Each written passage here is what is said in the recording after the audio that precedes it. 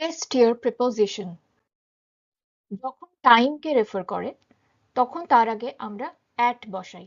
যেরকম 9 AM, এটা একটা এক্স্যাক্ট টাইমকে বলছি, তার আগে আমরা অ্যাট বসাবো, অ্যাট 9 AM। যখন মান্থ মানে মাস, ইয়ার মানে বছর, বা সিজন মানে কোনো ঋতুর নাম থাকে তখন তার আগে আমরা ইন বসাই। যেরকম সামার, এটা একটা সিজন, তার আগে আমরা ইন বসাবো। যখন ডেজ মানে মানডে, সানডে, ওয়েডনেসডে এরকম আমরা রেফার করি, তার আগে আমরা অন বসাই। যেরকম on Sunday. This one is February. ফেব্রুয়ারিটা কি? একটা মাস।